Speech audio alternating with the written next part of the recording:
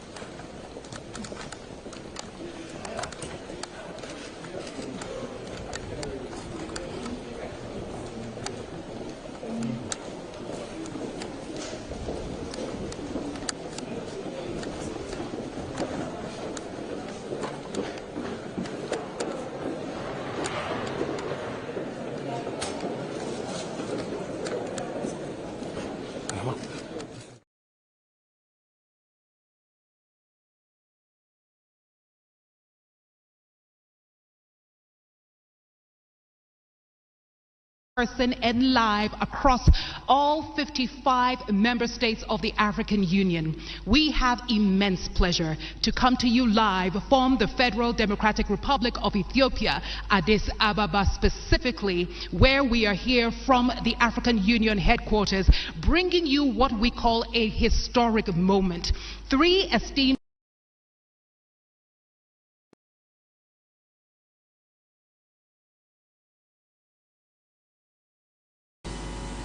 The world we live in is at a crossroads with many complex situations. This continent of ours has gone through numerous challenges in its history. Its people have paid huge sacrifice to be where we are today. The trajectory of going out of colonial legacy to move to the Africa we want stands as testimony. We understand that our dreams and aspirations will not take us anywhere unless we come together.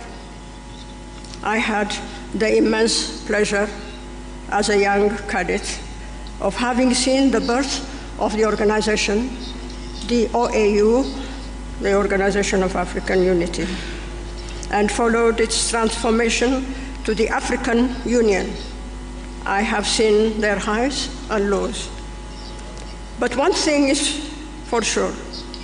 If the African Union had not existed, we would have had to invent it. We have a long way to go to reach the Africa we want by 2063. The African Union Commission, our only vehicle to take us to our destination, has to be strong and fit for the purpose. We have to face together our current and future challenges, narrow inequalities, build more just and inclusive societies, resolve conflicts, in short, provide to our citizens what they are expecting. It has become more and more clear that the African Union has a rightful place on the global stage. It has become a partner that can't be easily pushed aside. Africa is coming out of age. This evening, the 3 candidates to the post of the chairpersonship of the African Union Commission are going to participate in a debate. I regret that the fact that our continent couldn't also have a female candidate and place the African Union Commission on the right side of history. This is a serious homework we have to take into consideration. Excellencies, ladies and gentlemen, I have the greatest honor and privilege to thank the general public for participating and for their interest in this process by sending questions. I would also like them to know that the concerns expressed by the public are taken care of in the questions. And now, ladies and gentlemen and excellencies, I have the duty and the honor to hand over to the moderators the questions sealed envelope. Thank you very much for your attention. Merci infiniment. Thank you very much, Excellency Kanji Senior Judges. Dear participants, what we're going to see here, what Madam Kanji Senior Judges is going to do now, is to actually give to us an envelope that contains all the questions that we are going to ask. That is, either Anita or me will be asking the potential candidates who are vying for the position of the chairperson of the African Union Commission. Thank you very much, Your Excellency.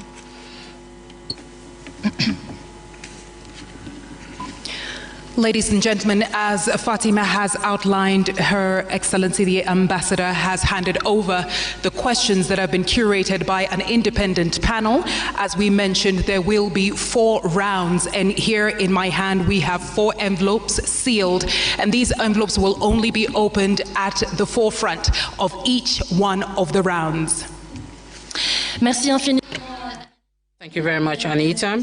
Ladies and gentlemen, at the moment, we are going to introduce the various candidates vying for the position of chairperson of the African Union Commission. His Excellency Mahamadou Ali Youssouf, the Minister of Foreign Affairs of Djibouti. Your Excellency, His Excellency Mr. Raila Odinga, former Prime Minister of Kenya, and the third candidate will be His Excellency Richard James, the former Foreign Minister of Madagascar. Pride and honor that we invite our 3 esteemed candidates to now take their position on the stage. Ladies and gentlemen, I have the honor of welcoming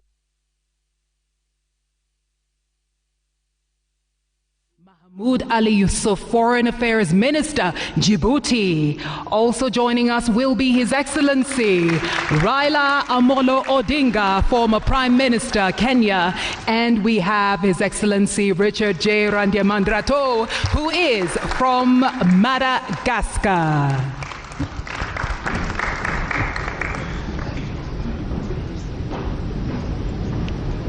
Ladies and gentlemen, with humility, I ask that you give them another round of applause. These are our candidates for the chairperson position of the African Union.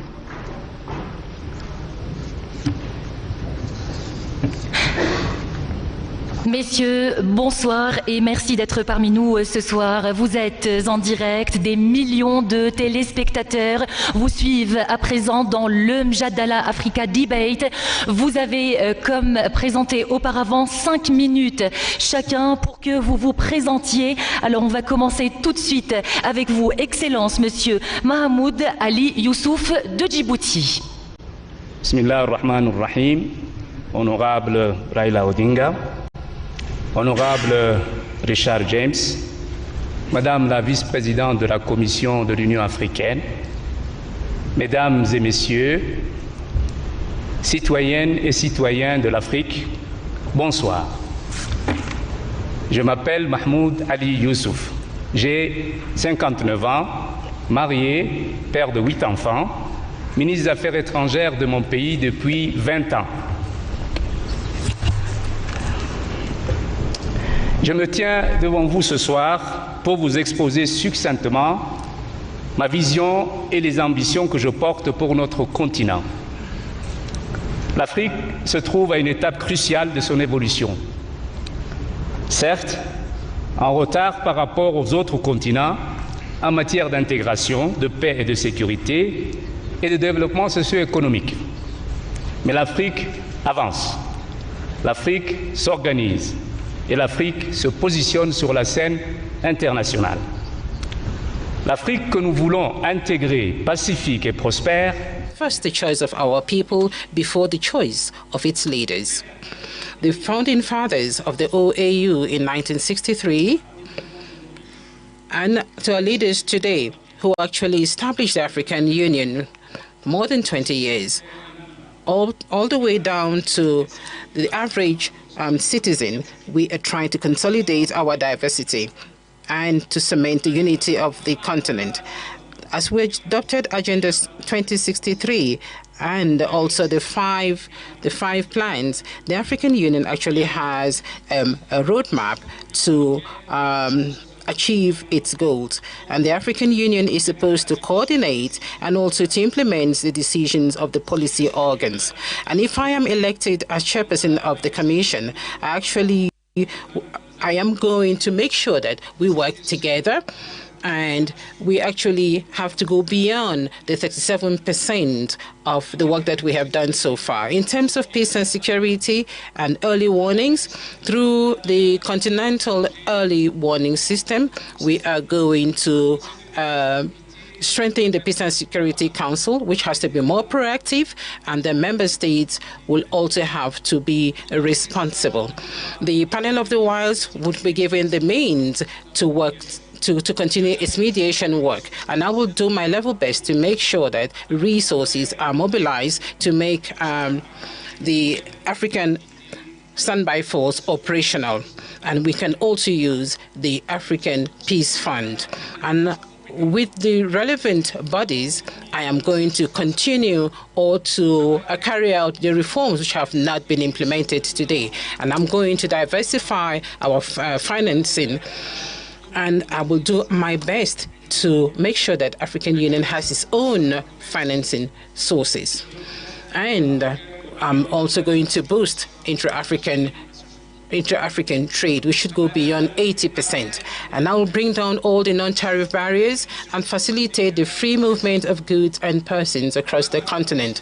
The place of Africa on the international stage will be one of my... Je serai la voix écoutée de l'Afrique à travers le monde. La transformation de notre continent,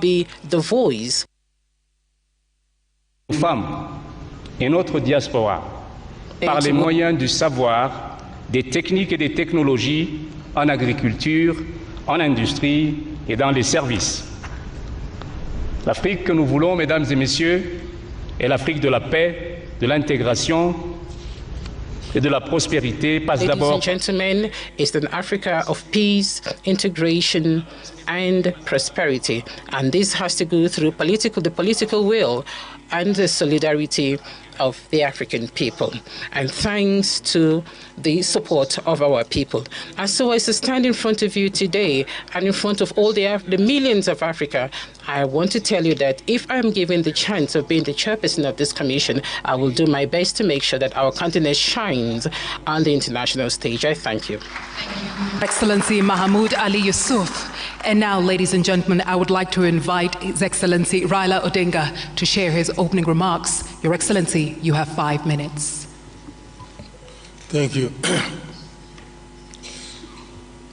Your Excellency, Ambassador Konjit, my co-panelists here, His Excellency Mahmoud Ali Youssouf, and His Excellency Mr. Richard, distinguished guests, ladies and gentlemen. Good evening, Africa. Africa, hamjambo, bonsoir, salam alaikum, rahmatullah ta'ala wa barakatuh. Boa noite. I am delighted to have opportunity today to stand before you as the son of Africa. I was born in Kenya, but I'm told that my grandparents, a grandfather of 5 and a husband of 1 that I know of. I am an engineer by profession, and I have been an academic. I have also been a public servant. I've been a member of parliament. I've also been a prime minister and also leader of opposition. In those capacities, I've tried to do my best, and I've gained a lot of experience in terms of management of public affairs. I stand here as an Pan-Africanist and an Afro-optimist. 2 months ago, that is on the 21st of October, this year, we were here in Addis Ababa. We had been invited as members of the families of the founding fathers of the African Union to come and witness the reopening of the Africa Hall. That's the hall where the OAU was launched in 1963. And we're happy to be here with Madam Ambassador Konjit, who was there as a young girl at that time. It is now 61 years since the launch of the Organization of African Unity. And at that time, if you read the speeches of the founding fathers on that day, they were very passionate, and all of them talked about African unity. Where there was a difference was, when do we achieve this unity? There are those who, under the school of thought, that the unity now. There are those who said, no, we need to be gradual in this. Let us first build the building blocks, the regional unions, which will eventually translate into formation of the African Union as a whole. But now we have come up, they came up 50 years later with Vision 2063, which now hopes to get Africa united, one union government by 2030, and move on to attain the vision, the wishes of the founding fathers of Africa. I say that I have the experience. I've been part of this movement for changing the continent. We know that some achievements have been made. Africa is now completely liberated, but there's still work to do. And I believe that I have what it takes to get us where we want to do. In the field of education, in the field of health, in the field of value addition to the abundant wealth that we have on the continent, in the field of trade, inter-African trade. I have acted as the African Union High Representative on Infrastructure. And in this I know that we have very comprehensive programs in PIDA, Program for Infrastructure Development of the Continent. What remains is action.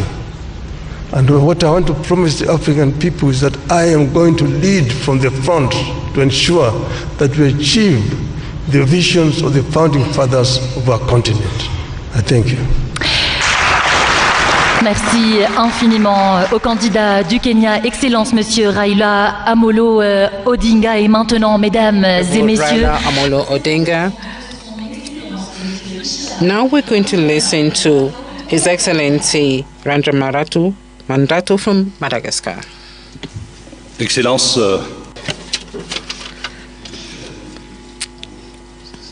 Excellencies, distinguished guests to this very important event for the African people. As you can see, we are 3 candidates, not 2 candidates, like you see on the social media. And we are standing in front of you today to convince you of how serious we are and how seriously we're going to work towards the African Union involvement. So who am I?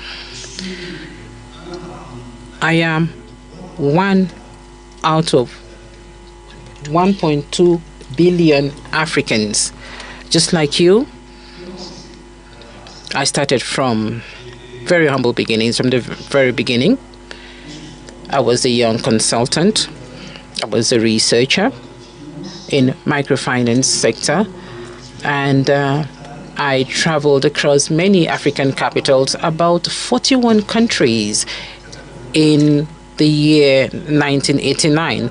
Just like you, it was difficult for me to find a job, but I did find a job which was at the level of my capacity. And just like you, I actually built my career based on my conviction that each African citizen can actually survive.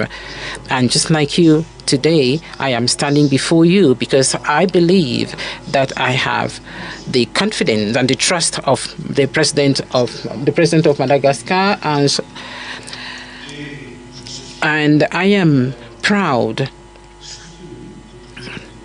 I am proud that I was actually supported by my country. Just like you, I've actually come a long way, and I have actually gotten to this level where I have the trust of my government. I was Minister of the Economy in my country because that is my specialty. I was also Minister of Foreign Affairs, and I'm here today standing before you to talk about Africa. Africa is actually the second dynamic economic region in the world, and is actually making progress, and things are changing in our favor. And recently I read about the funding of the African Development Bank, funding several projects in Africa, and this is quite promising for the continent. The World Bank also has increased its envelope, funding 75 countries, 75 less developed countries. And I also think that we have funding for small states. Small states, that's not a pejorative term, but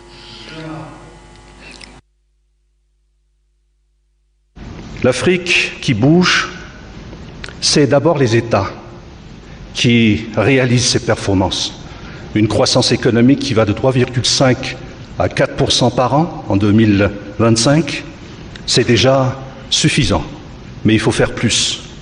Et puis, il y a la maison commune, notre maison commune. Nous y sommes, c'est l'Union africaine. Ce que je constate, c'est qu'il y a une Afrique qui progresse, qui se développe, qui est dynamique, et une Union africaine où on doute de sa capacité à suivre ce progrès.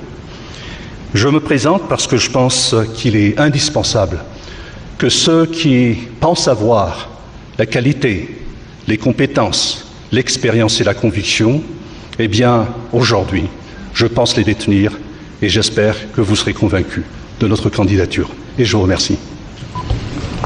Thank you very much, Your Excellency Richard Rangiamandrato from Madagascar. And now, ladies and gentlemen, this officially brings us to the beginning of our debate, where we move into the first round of questions. But before then, allow us to reiterate the rules and the guidelines for you, our esteemed candidates. You each have 4 minutes to answer the questions that will be posed, and you will each answer the absolute same question. Your Excellencies, with respect and humility, if you surpass the 4-minute mark, myself or my colleague will have to interrupt your response. And this eventually brings us to this moment, ladies and gentlemen, where my colleague and I will open the envelope for the first round of questions. Thank you, Anita. Merci infiniment à nos chers candidats qui viennent de se présenter à vous, mesdames et messieurs, et honorables assistance. Comme vient de le rappeler ma chère consoeur Anita Erskine, eh bien, tout de suite, nous allons ouvrir, mesdames et messieurs, le premier round de questions. Nous allons rappeler que les questions ont été rédigées en langue française et en langue anglaise. Elles ont été rédigées par un panel indépendant. Les enveloppes nous ont été parvenues tout à l'heure par son Excellence, Madame l'ambassadeur Kojit Sine-Georgis, et tout de suite avec Anita, nous allons choisir une enveloppe, Anita, pour poser la première question.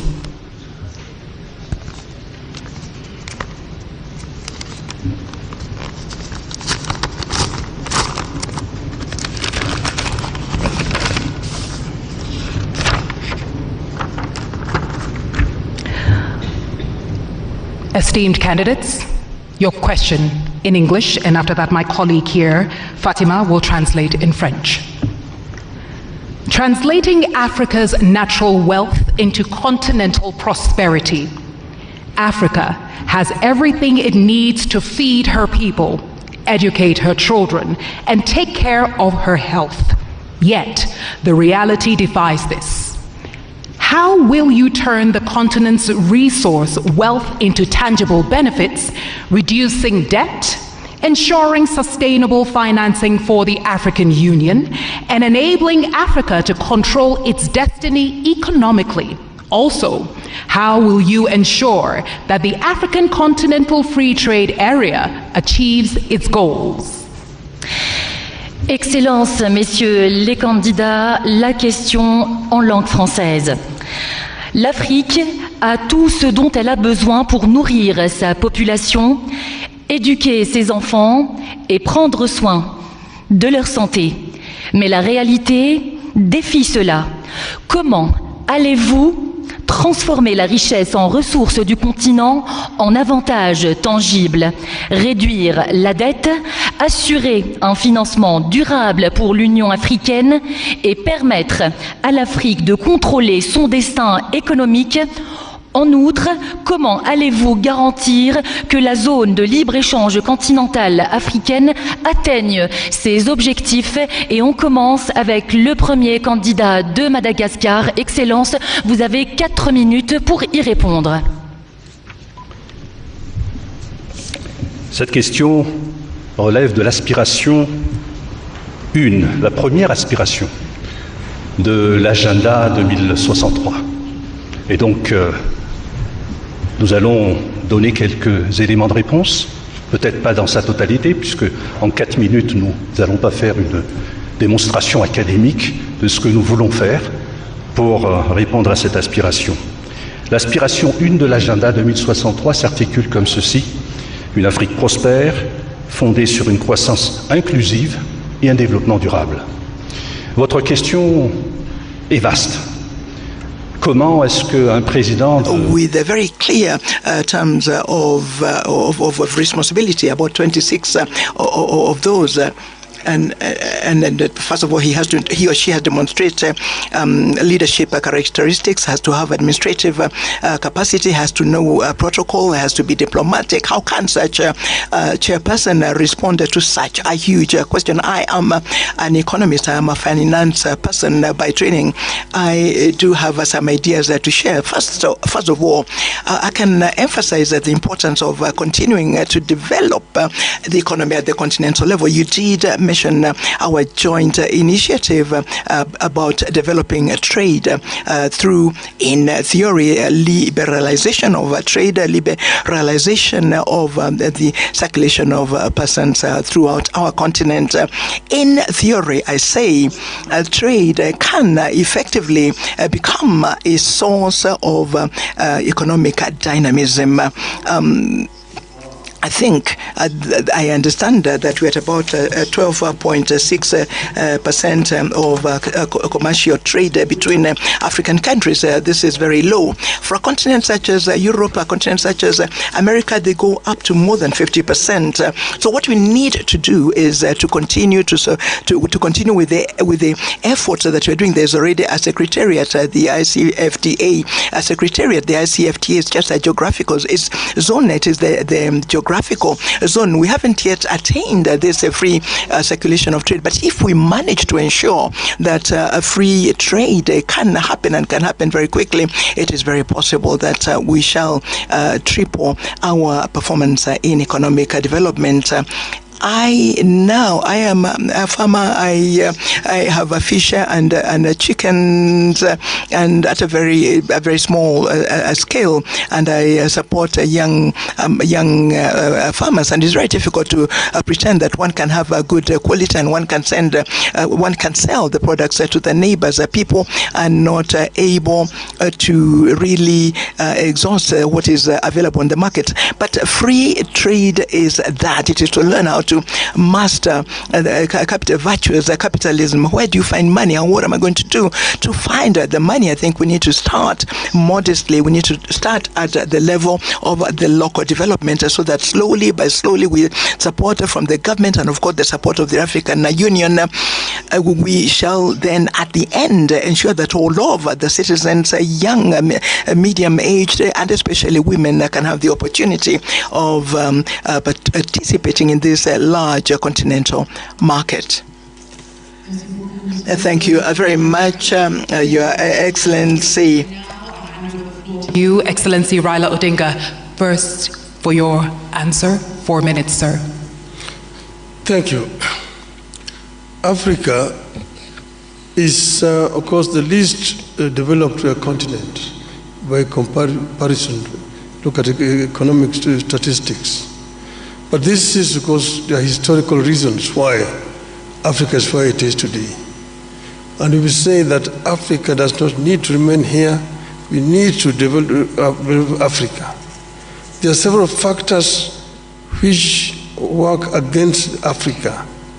For example, the international financial infrastructure has worked very much against Africa, because African countries have been made to borrow money at a very high rate of interest compared to other countries of the same status as the African countries. So we need to address the issue of rearranging the international financial infrastructure. That is, I think, one of the major starting points. Now, Africa is the richest continent on the planet Earth in terms of raw materials. But it's a paradox that Africa also is the poorest in terms of living conditions. We say that we need not remain for perpetually the source of raw materials for industrial west or east, that we need to do value addition to raw materials which are coming out of Africa before we export them.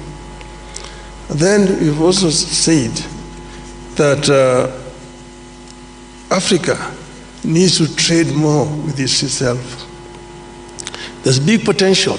Like the African Development Bank today says that 7 out of the 20 fastest growing economies in this year are going to be African countries.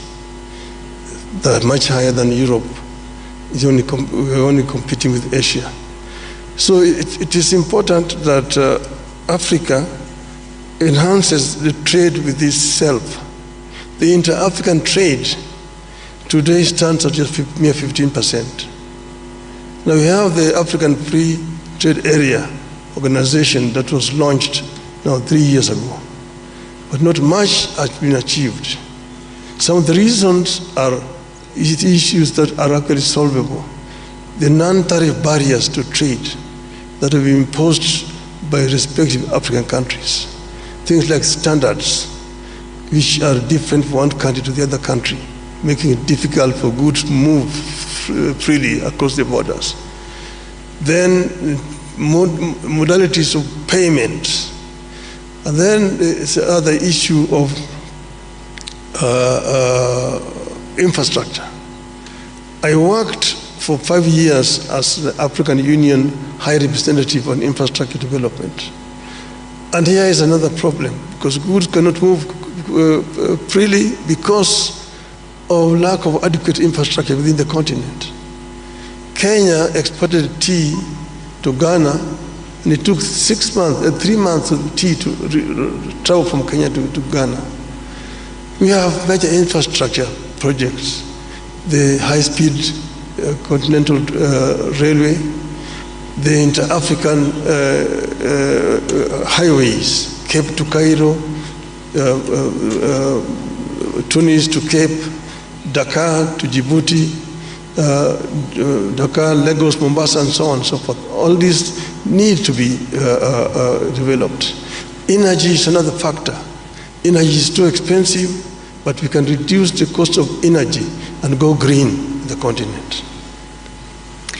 Thank you so much, Excellency. Candidate from Kenya. Et à présent, mesdames et messieurs. And now, ladies and gentlemen, the response from His Excellency, the candidate from Djibouti.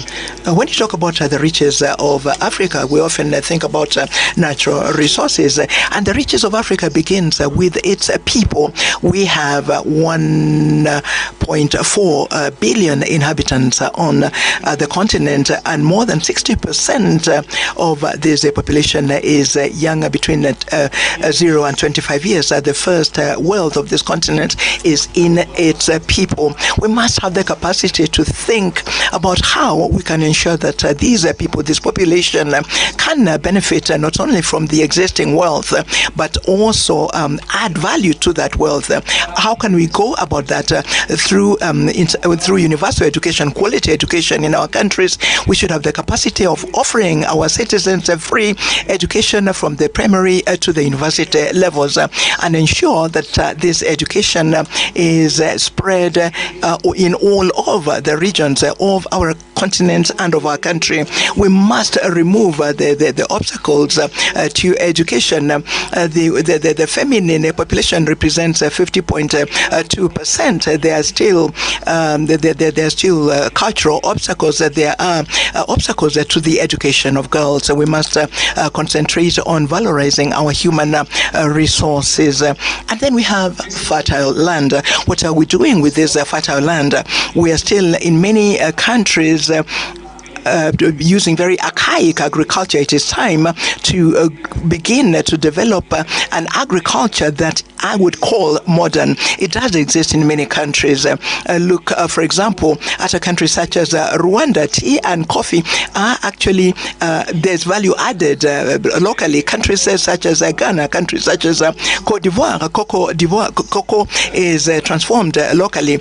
Now, these raw products that we sell without adding value, we must be able to add value locally so that we can increase the wealth and also create employment. The transformation of agricultural products is a priority. So today, agriculture in many countries uses biotechnology. It uses the drip system. It uses seeds that are modified, that are quality seeds. Ethiopia uses quality seeds in order to be able to produce maize. Today, Ethiopia produces maize and wheat because of these seeds that are quality seeds. It is important to think about transforming agricultural product in place that will ensure that the people can get out of food insecurity, ensure that there is a specialized agriculture. there has to be areas of specialized agriculture, and that, I would say, is one of the steps that will lead to ensuring that this world there can be at the benefit of the population. And then we come to natural resources. I acknowledge the work by President Museveni. He has said that he will not export petrol or gas as long as there will not be a refinery in Uganda. These are the examples from African leaders who take the destiny of their people in hand so that they can actually have value added locally. Now, trade, everybody knows that it is through trade that development happens. Look at China. China and all over the Chinese economy really target production and exportation. When you add value to our products, we can become exporters. Let me talk about tariff barriers and non-tariff barriers. That is not the problem. I think that the situation must be to, first of all, protect our wealth by transforming them locally. Thank you. Thank you, Your Excellency Mahmoud Ali Youssouf. Of round one, where I'm happy to announce we have a 5-minute break, and after this break we come to round two. You have been tuned in to us here from the African Union headquarters here in Addis Ababa, and we are bringing to you Mjadala Africa Leadership Debate 2024 with our 3 esteemed candidates vying for the position of chairperson of the African Union. Merci infiniment, cher candidat. Thank you very much, candidates, for having answered to the first question of the first round. Ladies and gentlemen, there's still 3 rounds to go in which you will all participate, and we're going to take a break of 5 minutes. We'll come back immediately after. Thank you very much for having listened to us. Thank you.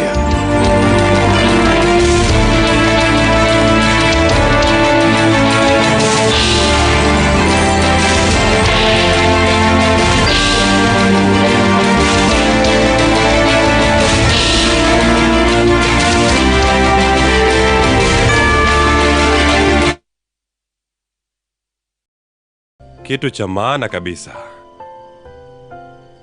Nitakaa sana na kufanya biashara nje.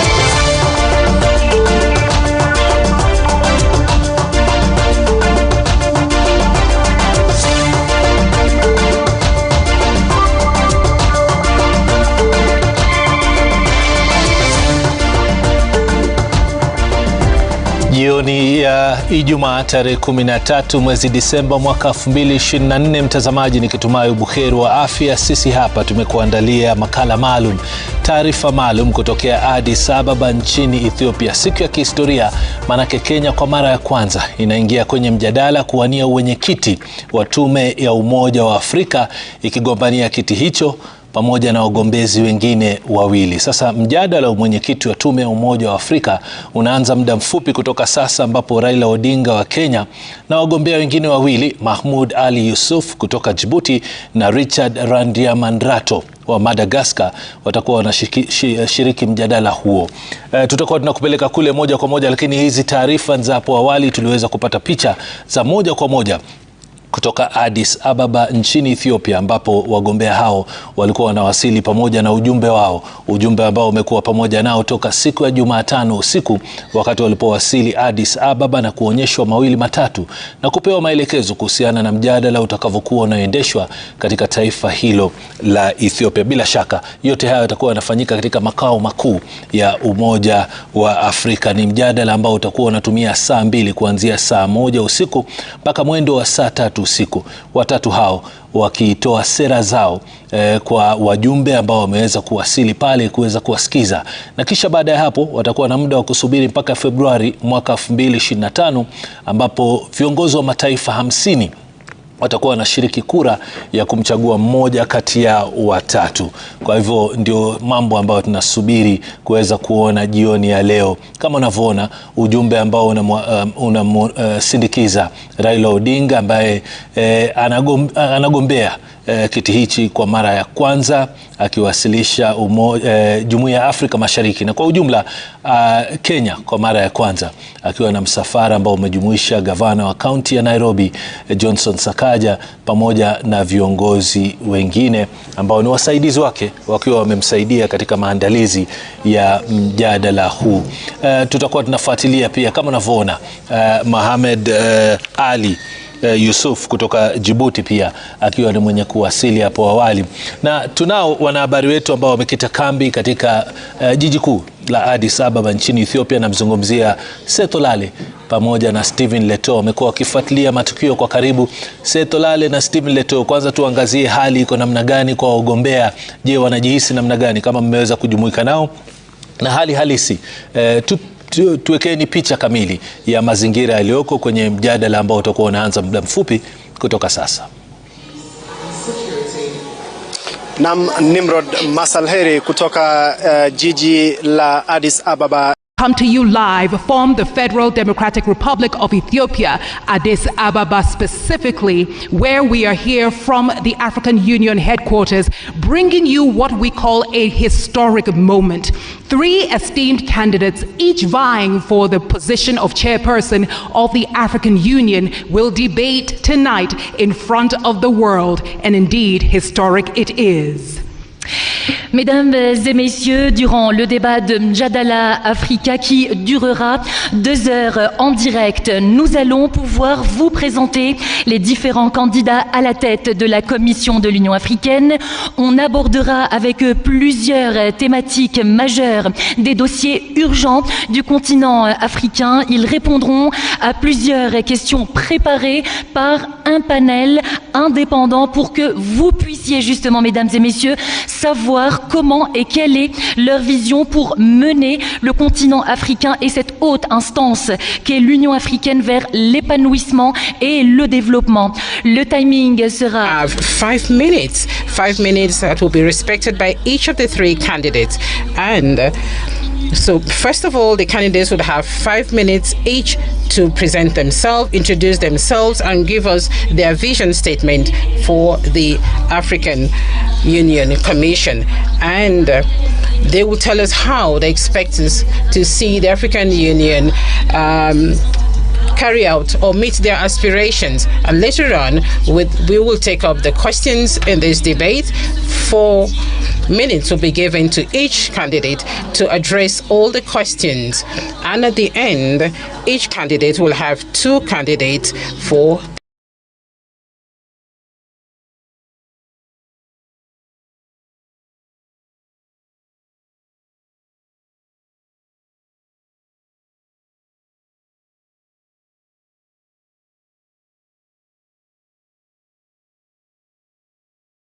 of our debate here, Mjadala Africa Leadership Debate, where we are witnessing and listening to 3 esteemed candidates, each vying for the chairperson position of the African Union Commission. Earlier on, we heard their thoughts on issues such as the African Continental Free Trade Area.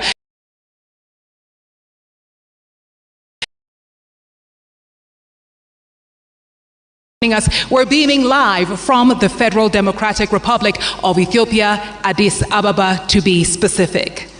Et pour ouvrir le 2e round, mesdames. To start the second round, ladies and gentlemen, honorable participants, we're going to open a second envelope so that we can see the question that was prepared by an independent panel for this debate. Let me remind you, ladies and gentlemen, that the questions were drafted in 2 languages, in French and then in English.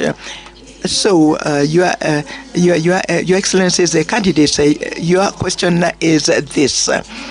In spite of the hopes of the African Union to silence the arms between now and 2030, the conflicts continue to take place. How would you go about proposing African solutions so that you can ensure that there is a prevention, management, and a resolution that are effective and sustainable of conflicts? And how would you accelerate the advance of Africa towards a permanent seat in the United Nations Security Council? That's your question. whose aspiration to silence guns by 2020, conflicts persist. How will you foster African solutions to ensure effective and durable conflict prevention, management, and resolution? And how do you plan to accelerate Africa's push for a permanent seat on the United Nations Security Council? Ladies and gentlemen, our esteemed candidates, the first to answer this round of questions will be His Excellency Raila Odinga. You have 4 minutes, Your Excellency. Thank you very much. Well, silencing the guns on the continent. As you know that in 2013, the EU met and passed a resolution to silence the guns by 2020. We are today in 2024, and the guns are not silent. They're very loud, roaring all over the continent. We need to address the causative factors of these conflicts. There are some which are conflict caused by poverty or deprivation. Some of them by conflict within the society, again, things like ethnicity and so on. Some of them are externally influenced or promoted. Some are religious and so on. So there's not a common factor. But what you need to do is to address the causative factors which could translate into these conflicts throughout the continent. And this is what I will do myself. First, as you know that all African countries are not at the same levels of development. Those which are more developed, like for example in terms of governance, there are some areas where you have got exclusions of people, and as a result of this, there's some people move to use other means. We need to find a way of creating an environment for dialogue within our societies so that we can be able to prevent these differences, conflict ending up into violent confrontation between the various groups. We don't need to put a time span, but I'm sure that it is possible to end these conflicts and stop the guns by 2035, in my view. The other one is the issue of Africa's representation on the Security Council. This is something that has been long overdue. As you know, that the UN was formed at a time when most parts of Africa were colonies. And that's why the UN structure as today does not deal with the realities of the world today. And the situation where you have 5 countries sitting in the Security Council with veto powers, and Africa is not represented, a continent with 1.4 billion people, is not tenable and it's not accessible. And that's why I'm not going to talk about Africa's representation, but we're going to insist that Africa must get 2 permanent seats in the UN Security Council. This is only fair, because we are a continent of 55 sovereign nations. We cannot be excluded when Europe has got 3 permanent representations on the Security Council. Permanent representation with the veto powers is a must for Africa. And this I'm going to insist when I'm elected, if the heads of state of Africa sees fit that I should lead this. I will work together with all the leadership of the continent to ensure that the continent gets a fair treatment on the international scene. Thank you so much, Excellency. Candidate from Kenya. Et maintenant, mesdames et messieurs. And now, ladies and gentlemen, the response from His Excellency, the candidate from Djibouti, His Excellency Mahmoud Ali Youssouf. Silencing the guns is a flagship program, one of the 15 that our leaders have endorsed years ago. And then they put a number of mechanisms and structure around this flagship program so that peace becomes a reality on our continent. The first structure is the African Peace and Security Architecture. And then we have the strategy that we all know, silencing the guns. And to support this strategy, the African Union put in place a number of mechanisms. One of them is the Peace and Security Council. The other one is the Committee of Elders, the Committee of Chief of Staff. We have the Peace Fund, and we can rely on every kind of mechanism. So why is peace is not, let's say, a reality on the ground on our continent? There are a number of reasons. One of them is the political will of countries. We have to be outspoken and frank. We make decisions at the Peace and Security Council level. These decisions are not implemented. Our Peace and Security Council is not proactive. It is reacting to crises when they occur and happen. This has to change. And I'm sending a message to our member countries saying this has to change.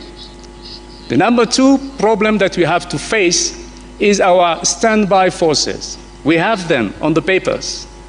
Of course, sometimes we can mobilize them, but they lack resources. We are still relying on foreign partnership for our resources. Let me give you an example. AMISOM. Since 2007, AMISOM has been financed by the European Union and the United Nations, up to 2.7 billion euros. Now, financial resources are critical. Why should we have the money so that we can operate on crisis ground on the continent? Because without money, we cannot deploy our standby forces. Without money, even the committee of mediators cannot go and discuss with the stakeholders. They sometimes wait for the tickets, the per diems, days and days and days. It's very critical that the Peace Fund, in which we have $400 million, that the Commission and the PRC, get to the compromise situation where that money could be used for peace on the continent. So far, only the interest of the 400 millions are used. And I'm really shameful when I say, DRC have been given 1 million for peace, issues through this fund. And they have given to, I don't know, another country 1.5 million. It has to change. We need the authority from the member countries so that we can use this money, the $400 million, to keep peace on our continent. There are so many other bottlenecks that needs to be handled very quickly. But money is one of them. The Peace and Security Council mission is the second problem. And then we have a third one. This one also has to be underlined very seriously. When a crisis happens, I give you the example of Somalia. I've been around for some time. I've been dealing with this problem for many years. When there is no unity of purpose between the countries around this country, neighboring countries, this country will never stand on its feet. That's what we are experiencing today in the Sudan. Hundreds of thousands of people have been killed, millions displaced. Neighboring countries are still fighting on the Sudan, and the African Union and IGAD are watching. Sorry, sir, your time is up. Okay, sorry, because I can talk hours about this issue. No problem, sir. Thank you so much for your contribution. And ladies and gentlemen, as a reminder, especially to our esteemed candidates, if you go beyond the time, I will be forced to interrupt, and I don't want to do that, so please forgive me. May we kindly have our last candidate, His Excellency Randemandrato, to respond to the question. Your Excellency, the floor is yours. Faire taire les armes et... Silencing the guns and issues relating to peace and security in general actually are due to so many things.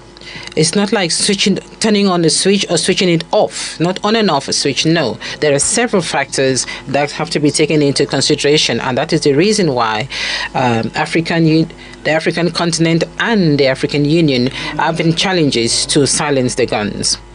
But we have to resolve our conflicts peacefully. And this is one of the principles of the African Union, just like the principle of non-interference. So this is an aspect that we all have to actually look at. When exactly do we talk about non-interference, non-indifference, and how do we use them to silence the guns? But that is the situation in which we find ourselves in. And if I am chosen by the heads of states and government as chairperson of the commission, I will make sure that the African Union Commission would actually work towards resolving our conflicts peacefully, because we have that in the Constitutive Act of Africa, of the African Union. So we have the Peace and Security Council, we have the Peace Architecture of the African Union, but we also have the United Nations Security Council. And then bilaterally, we've got efforts that are underway, and we've heard about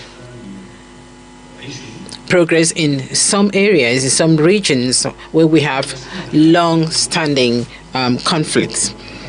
And then we also have the opportunity of ensuring that there is solidarity with the United Nations, the African Union and the United Nations. This is a framework that could actually enable us to sit down with the international community and talk about crisis in Africa. Why should we only talk about the crisis in Ukraine? Why not talk about the crisis in Sudan and crisis in other African countries? So we are talking about financing peace missions, but there is also a program that actually wants to see the program of the United Nations, that is the SDGs, aligned with Agenda 2063. And then we also have the 10-year plan of our public institutions in charge of working at a national level, but we are talking about the justice systems in our respective countries. Now, concerning the 2 permanent seats on the United Nations Security Council, I think here in Africa, we all know the importance and the urgency of having these 2 seats. And we have to seize this opportunity because we are actually at the end of 2024. And so we have to act very fast in 2025. And this should be the mantra of the African Union in 2025. And so, of course, we have to make sure that we can actually speak with one voice on the choice of who will represent Africa on the United Nations Security Council. It's not going to be easy. It will be up to the heads of states to decide who will be the continent's representative. And now we'll conclude to say that, like this morning, I read in the newspapers the problem between Ethiopia and Somalia, and this was being resolved by Turkey. The mediator is Turkey. Let us be responsible. Let us be serious. The African Union should be that person doing the mediation. Thank you. Thank you very much. Thank you very much, candidate from Madagascar. Ladies and gentlemen, this is the end of our second round, and without any transition, we are going to step into the third round, and we are going to discover the question. Anita, you have the floor. Now, ladies and gentlemen, we move into the third round. Once again, if you're just joining us, these questions have been formulated by an independent panel, and the questions will be open and seen only at the beginning of the round, as I'm doing right now. Esteemed candidates, on the topic of reviving Pan-Africanism and countering external influence, Pan-Africanism is declining, and external powers and internal divisions challenge Africa's integration efforts. What specific steps will you take to rekindle the spirit of Pan-Africanism, counter big power politics on the continent, mobilize African countries behind a common integration agenda, ensure resource self-reliance, and position regional economic communities at the center of this process? Cher candidat. Distinguished candidates, your question is as follows in French. L'africanisme est en déclin et les puissances extérieures et les divisions internes remettent en cause les efforts d'intégration en Afrique. Quelles mesures spécifiques comptez-vous prendre pour raviver l'esprit du panafricanisme contre la politique des grandes puissances sur le continent, mobiliser les pays africains derrière un programme d'intégration commun, assurer l'autonomie en matière de ressources et positionner également les communautés économiques régionales au centre de ce processus. Et nous allons commencer tout de suite avec le candidat. And we will start with the candidate of Djibouti to provide his answer. You have 4 minutes. First and foremost, we have to understand that we are living in a world which is multipolarized world. This is a world that is actually multipolarized. And this world would not provide space for a continent or countries that do not have the right economies, the military strength, the capacity that is required, and mostly that continent or country that is not on the world stage. This is a reality. So what can we do? What should we do? I think it is very important that the Global South should actually take action. And in the Global South, it is Africa that actually has to stand out. And how is Africa going to stand out? If we do not represent much in terms of global trade, you cannot actually sit around a table where decisions are being taken for the destiny of the world.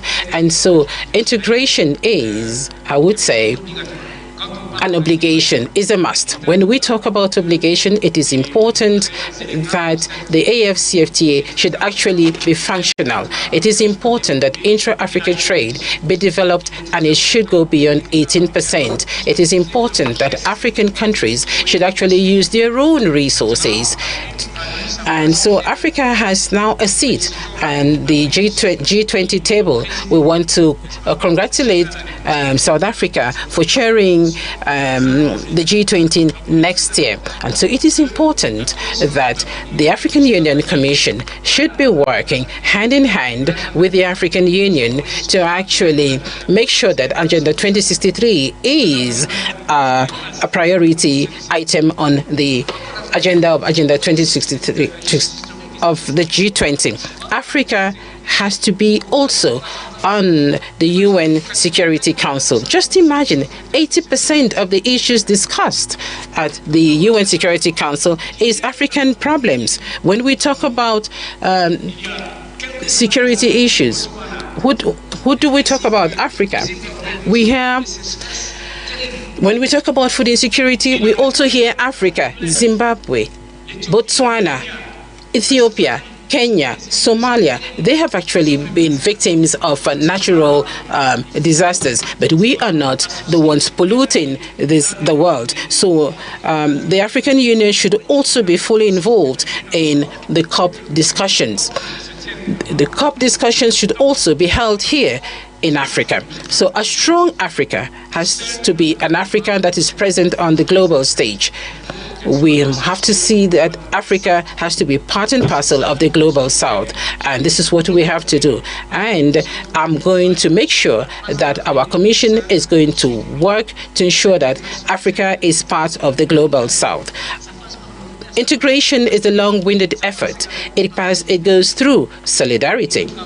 We are not working among ourselves. We are not speaking to one another as neighbors. We'd rather trade with non-African countries because we have non-tariff barriers, because our currencies are not convertible. Our currencies are not convertible. If I want to trade in birr with Ethiopia, and Ethiopia wants to trade in France, definitely there is loss of money. So we should have a payment and compensation system in Africa. We have to mobilize resources between 5 and 10 billion so that this compensation system is functional.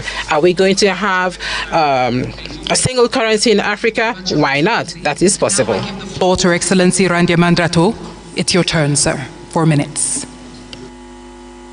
Je ne pense pas. Well, I do not think that Pan-Africanism is actually dying out. No, because Pan-Africanism is in us. We are Pan-Africanists. You cannot erase the history of this continent, the history which also includes the efforts of our diaspora. So Pan-Africanism is really not dying in Africa. It is true that we all have a huge responsibility. The current generation that we have to work to make sure that the future generation should not forget what our founding fathers actually had in mind when they were establishing the OAU. So that all those who are in Africa should continue to live the same dream the same dream.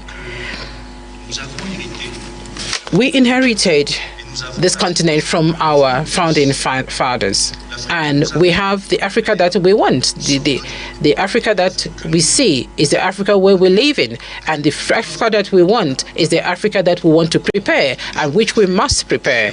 And so there is a clear difference between the Africa in which we are and the African Union, which is our own home, the common house. And if the African Union Commission does not put in the right resources, the human resources and the financial resources, even the diplomats and the military, we will not get to where we want to be. And so I am of the opinion that it all depends on the will of the people to go beyond the challenges that we face today.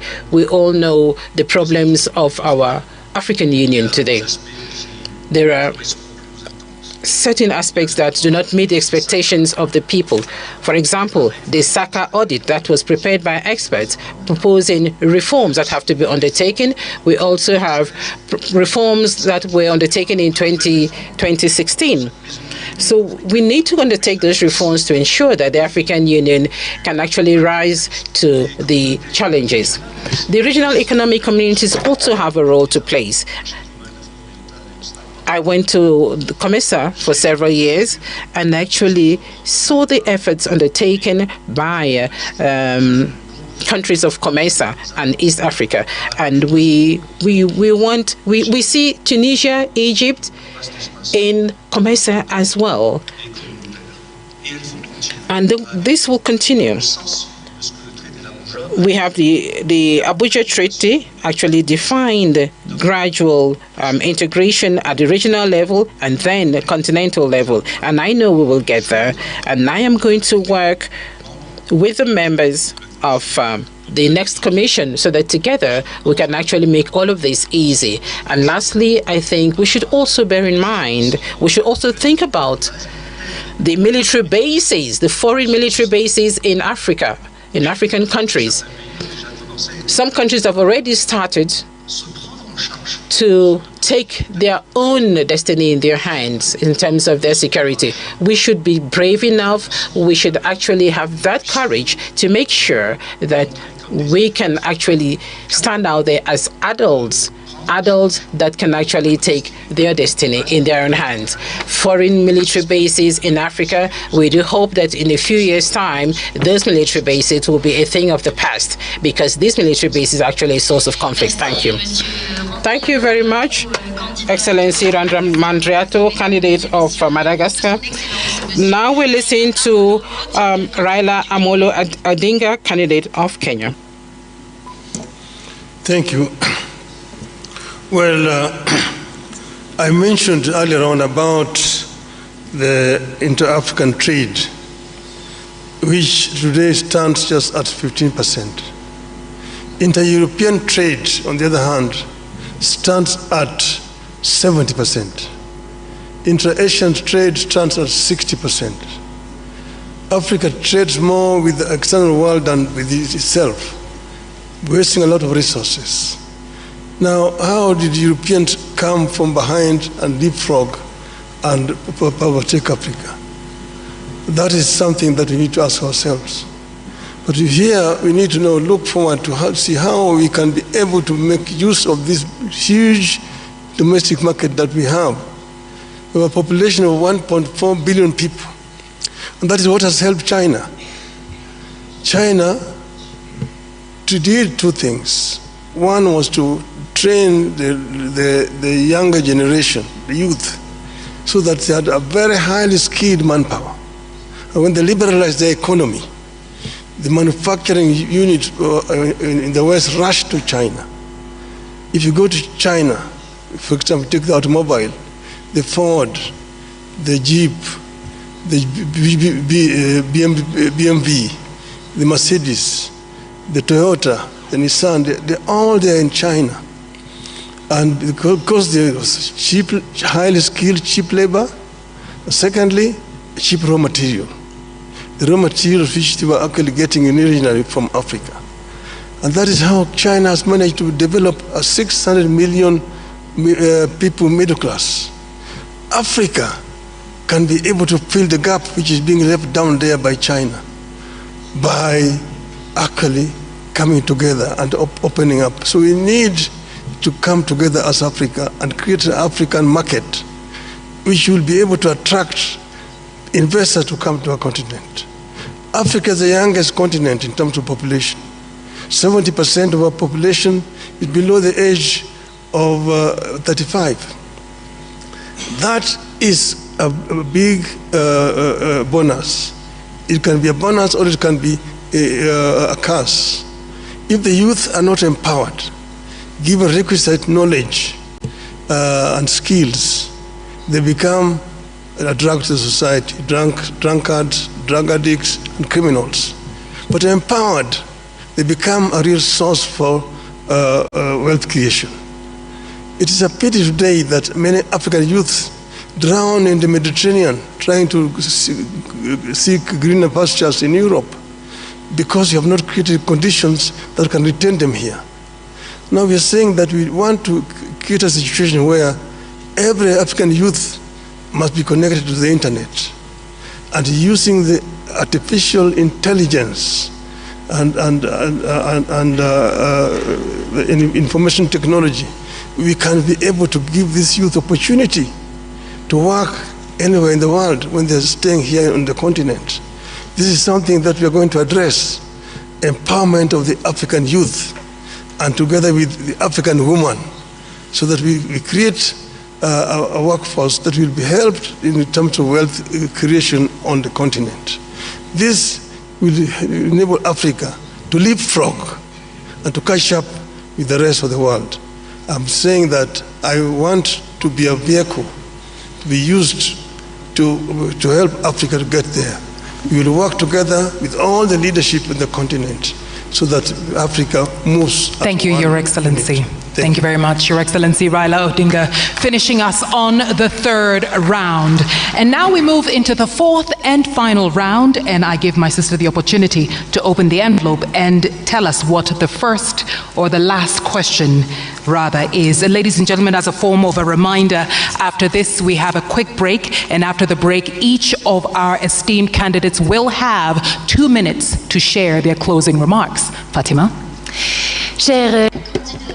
Dear candidates, your question is this one. The implementation of the key reforms at the African Union that were decided by the Assembly of Heads of State and Government has come to a standstill, and which has a negative impact on the structural stability and the financial viability of the Union, and also on the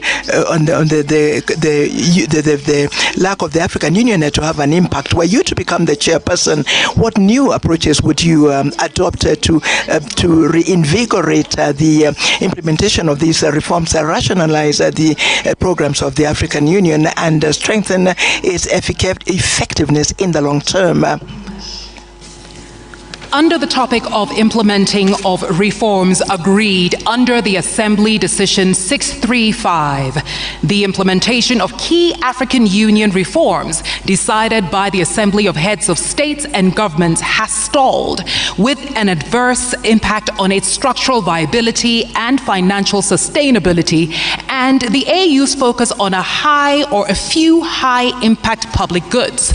If you become chairperson, What new approaches will you introduce to reinvigorate the implementation of these reforms, streamline the AU's agenda, and strengthen its long-term effectiveness? Et j'invite à présent le candidat. I'd like to invite the candidate from Madagascar to respond first. First of all, we have to begin by bringing back order to our shared home, the African Union. I think this is the highest priority. The mandate of the chairperson of the commission as a whole is last 4 years. So that is a very short period of time to be able to change from top to bottom what needs to be changed in terms of institutional reforms of the African Union. So one must begin by bringing back order. I did mention a short while ago the recommendations of the SACA audit. I also mentioned the reforms that have already been proposed in 2016. There would be other reforms. What needs to be done were I to become the chairperson of the union would be to review the documents, and one cannot forget history. One cannot ignore history. I don't think we could. We are at the end of a process. We are at the beginning of a new process, and the outgoing team did what they were able to do with the resources that they had at their disposal. And I would like to thank the outgoing chairperson of the commission, Mr. Faki, and his entire team. And were I to be elected chairperson of the commission, I would work, of course, with the chairperson, because it will be a lady chairperson. Now, these reforms have to be prioritized. There are reforms at the level of the financing of the African Union. There are reforms in terms of mobilization of strategic partnerships. There are, of course, issues that have to do with the effectiveness in the area of peace and security. So we have to prioritize the reforms. Yet, once again, 4 years is too short a period of time. It is therefore important to review objective by objective. Strategic objective is what I mean of the 10-year plan 2024-2032. And since it was my responsibility in COMESA, one can perhaps plan for strategic planning over perhaps 2-3 years, which strategic planning would make it possible for us to identify the urgent issues and to align the financing of these issues. The 10-year plan does not allow one to do this. And maybe were we to have a strategic plan, we could perhaps be more specific and address the matters that need to be addressed urgently in the way of reforms. And I also think, as I said a short while ago, that the organs of the African Union, beginning with the Conference of Heads of State and Government, but also the committee of the PRC, the Permanent Representatives Committee with the Pan-African Parliament, and the other organs, all the organs of the African Union should agree on the speed they should work at, so that at the end of the day, the reforms become visible, become tangible, and that the citizens of the continent can appreciate the effectiveness of a new of the new African Union led by a new team. Thank you. And now I yield the microphone to you, Excellency Raila Odinga. 4 minutes, sir. Well, we know where we are as African Union, and that's why the heads of state came up with that committee on reforms, which was headed by former president, current Rwanda President Kagame. The chairmanship has now been passed over to Honorable William RUTO, President of Kenya. I have had long discussions with President Kagame when he was chairing that committee, because I was working as a high representative of the AU on issues of infrastructure. And I know the kind of frustrations that you feel working that way. I know that 93% of the resolutions that are passed by the heads of state at the assembly are never implemented. Now, there's some of them are resolutions which were probably not necessary, some of them are not implementable, but majority of them are just not implemented. Some have to do with the structure and management of the AU at the headquarters. I'm not trying to pass any judgment here because I know that Mr. Paki has worked very hard to try to make the organization move forward. The other one has been the issue of funding, which has been a major challenge, and look at other alternative sources of funding. When I was there as high rep on infrastructure development, we came up with a proposal to set up an infrastructure fund for Africa, and using the African resources, because many of African countries have got a lot of money in sovereign funds, from which the AU can actually borrow without having to pay so much high interest. And this will help AU actually to spearhead the process of constructing some of these infrastructures. I mentioned the Trans-African Railway Network, Lagos to Cairo, the high speed. Then you have got Beira in Mozambique to Lobito in Angola and Walvis Bay in Namibia. Then you have got the Lapset, which will come from Lamu in Kenya, running through South Sudan, Central Africa to Karibi in Cameroon, to create a land bridge that opens the interior of Africa and gives these landlocked countries in the continent access to the sea. So some of these are possible, but we need to think out of the box and ensure that most of these reforms which are being proposed are implemented. We were talking about energy, which is a very major issue. And we have got the Grand Inga in the Congo, which can actually power the entire continent with power pools, southern power pool, eastern power pool, central, western, and northern power pool. That will help us to lower the cost of energy in the continent. That would be a revolutionary change on the continent. Then you've got the connectivity, fiber optic connectivity, open skies, opening up the skies for movement of people, and then visas. To do visas are a big issue. Many African businessmen cannot travel across the continent without, because they don't have visas. Excellency, I'm really sorry to interrupt you. Les 4 minutes se sont écoulées. Nous allons maintenant suivre. We are going now to listen to the response from the last candidate for this round, the candidate from Djibouti. Let me start by paying tribute to our heads of states who have endorsed those reforms in 2017. And then the champion for those reforms was His Excellency President Kagame, and he passed the responsibility to President RUTO. Now, there are a number of reforms that have already been implemented. We have to recognize that. The size of the commission, we had 10 commissioners, chairperson, deputy chairperson, and 8 commissioners, and it has been reduced. We have what we call a golden rule in terms of managing the staff and the personnel. I'm still waiting for the SACA program to be implemented. I hope that this hot potato will not wait for us, one of us, when we'll be elected. But I hope that the SACA process will be implemented.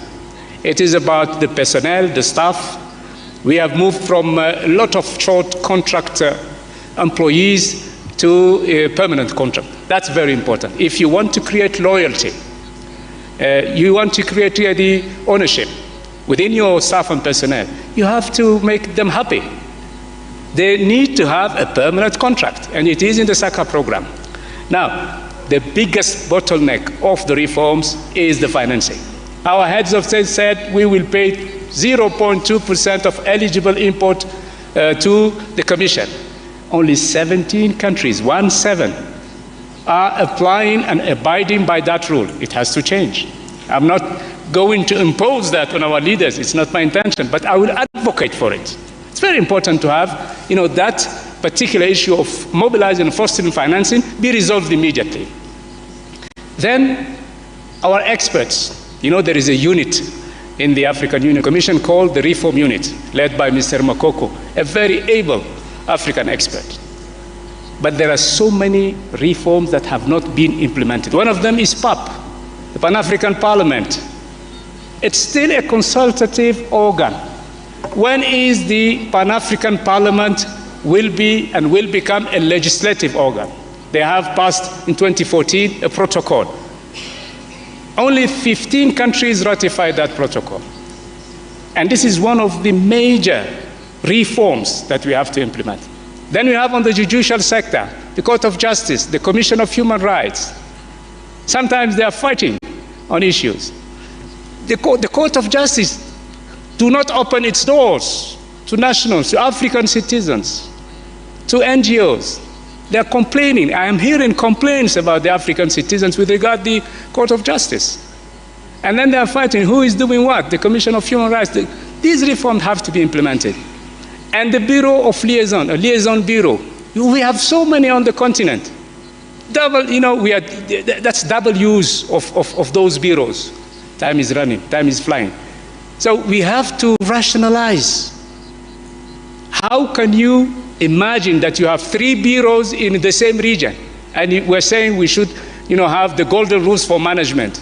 And whenever we want to touch one of the bureaus, it's a political matter. It's useless, but it's a political matter.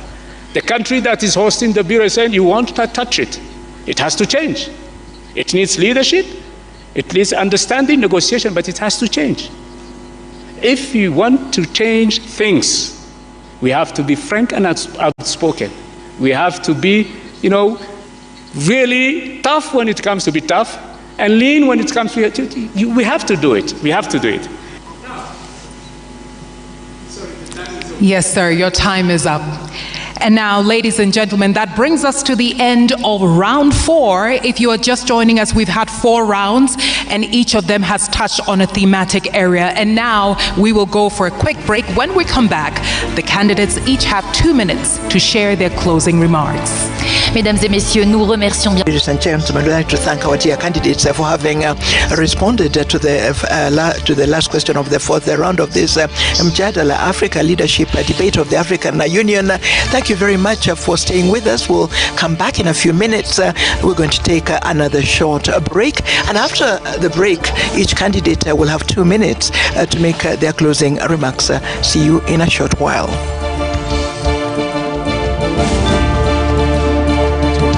Three candidates, the candidate Kenya, the candidate from Djibouti, and the candidate from Madagascar.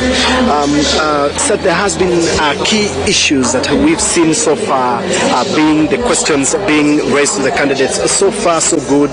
The issue of Pan-Africanism, the issue of what you'll call regional security and continental security, as well as the issue of infrastructure funding. So far, we've seen the questions. What do we expect based on the itinerary coming after this break? Well, you had it from the moderators, 2 minutes each of closing remarks. This is usually an opportunity for redemption as far as how the candidates fared on, but Stephen Leto, in how the candidates managed, to tackle some of these questions. For example, translating Africa's wealth into prosperity, and you had the candidates quite with some background information in regards to, how to propel, the country, the continent's resources into prosperity. Absolutely, Seth, because we've seen, for instance, the Kenyan candidate saying that, Africa is made of deep-seated natural resources. Yeah. That he says or tells the panel that should that be translated into wealth in Africa, then African continent will be a self-sustaining continent.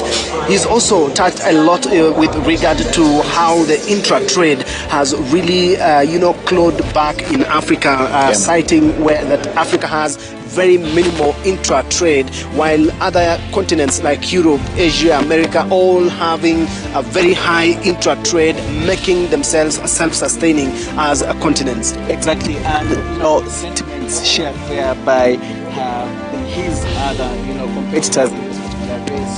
Ali Youssouf from Djibouti saying that the $400 million US dollars that the continent receives from developing partners and institutions such as the European Union and the World Bank instead should be forfeited, and that the continent should have its own funding, and especially on matters development.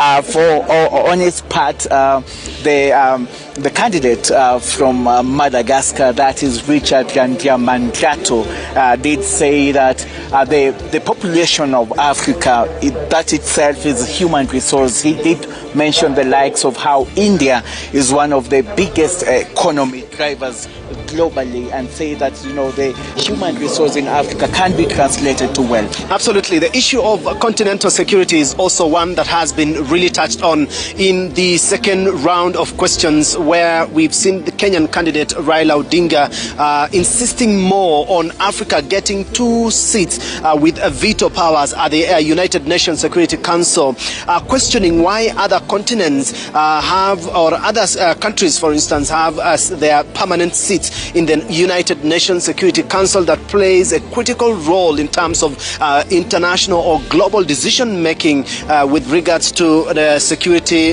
in each and every continent. Raila Odinga there seeing challenging the continent and the panelists, for instance, that how come a continent of Africa with a population of 1.4 billion people still sits without a seat in the United Nations Security Council that is supposed to have, in fact, not 1 but 2 with veto powers. That, of course, coming because some of the issues that we'll be facing in February during the election, Seth, is countries in Africa that continue to face a lot of security challenges. For instance, 5 countries from the West Africa that have been experiencing coups will not be taking part in the coming AUC elections, for instance, including Sudan that has been suspended. For instance, in West Africa, the countries like Gabon, Guinea, Niger, Burkina Faso and Mali will not be allowed to take part in this vote because of the coups and insecurity that has led to that particular decision. And so we continue to just look at the candidates. We've seen a Kenyan delegation that has accompanied the AUC candidate for Kenya. We've seen the governor for Nairobi leading a team there, coming to just what they are saying, give solidarity to one of their own. And of course, you know that each and every delegation has 9 slots in that particular multi-purpose hall. Absolutely. Which has exactly 110 seats, representing 2 seats per the 55 member states of the African Union.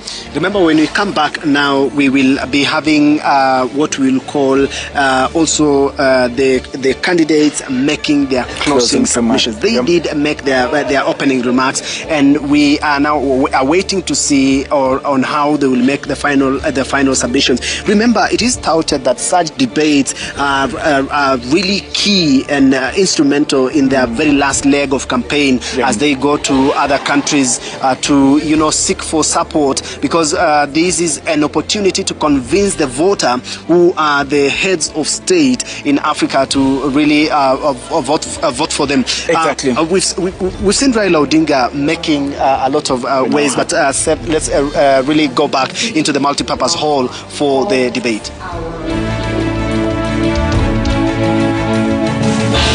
Of our debate today, Mjadala Africa Leadership Debate 2024. And we want to say a special thank you to our audience around the world. The questions you sent truly informed the kinds of questions that we then asked our panel here. And we are very happy that you were very involved. It goes to show that indeed the Africa we want is in your hands, and that you are actively involved in doing this together. And now, ladies and gentlemen, we are back to our last session. My name is Anita Erskine, and I'm joined here by my colleague Fatima Sharif, who is our French speaker. Merci beaucoup. Merci beaucoup. Thank you very much, Anita. Ladies and gentlemen, thank you very much for being with us for this final lap of the Mjadala Africa Leadership Debate of the African Union. You have listened during the debate, the questions that were raised, the answers that were given by the different candidates, and we're coming to the end of the debate. And so, Anita, we're going to listen to the closing remarks to the candidates. So thank you very much, Fatima. Candidates, you each have 2 minutes to share your closing remarks, or better still, your last words. We will start this round with His Excellency Raila Odinga. Thank you. I am delighted to have had the opportunity to address our people of Africa. And as I've said, I am ready to work for Africa. There are reforms that will be necessary so that AU can work more effectively. One of these reforms will be financial reforms, so that we are able to bring in the African private sector into the funding. I mentioned also the issue of sovereign funds that we can use. We can create a fund that will enable AU to do all its money work. Then there's issue of 0.2% of the duty, which only 17 countries are remitting. I will work to ensure that all the countries actually pay their dues to the Union. This is what happens in the European Union, and that's why European Union is able to even fund African Union. It's a shame. We can be able to fund this organization out of our own resources on the continent. And this is what I'm going to try to do. And I said that I am ready on day one when I'm appointed. I will not need any kind of induction. I'm ready to work for the continent, and I will offer my best. The days of Africa have come. The African lion will begin to roar and tell its Asian tiger counterpart and the European bear and the American jaguar that this is going to be Africa's millennium. The 2000. Dear candidate, I'm really sorry to interrupt you once again, but these are the rules of the debate. Nous allons maintenant, mesdames et we are going now, ladies and gentlemen, give 2 minutes to the candidate of Djibouti closing remarks.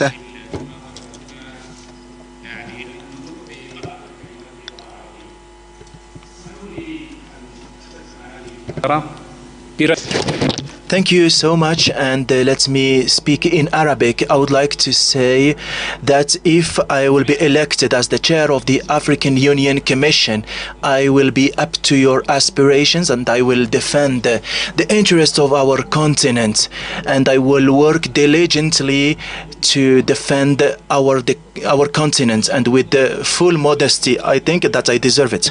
Je souhaite à nos pays, à nos peuples africains. So I wish for our African people, our countries, a very happy 2025. Africans tonight, I wish to all African nations and citizens all the best. Thank you for your support. Thank you very much, Your Excellency. And now 2 minutes for you, His Excellency Richard J. Randemandrato. En 2025, in 2025, there will be a new team that will be leading for 4 years.